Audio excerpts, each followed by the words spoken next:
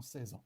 Maintenant, je vais vous expliquer donc les 3 piliers pour réussir cette méthode. Le premier pilier pour réussir cette méthode des intérêts composés, c'est la régularité.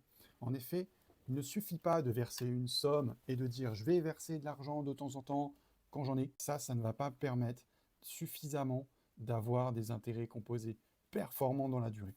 Pourquoi il faut verser régulièrement? Tout simplement parce que le marché, alors dans le cas du marché boursier, peut-être aussi on peut en parler du marché immobilier même s'il est moins volatile, mais ce marché-là, en fait, boursier, il monte, il descend, il a des volatilités, il bouge. Et si on veut réussir cette stratégie, il faut pouvoir verser régulièrement.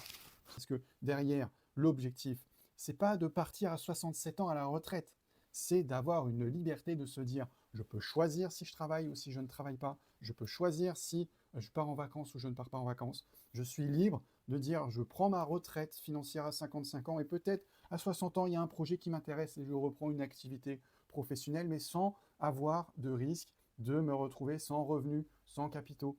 Et c'est cette liberté qui est super importante et ça se travaille dès le départ.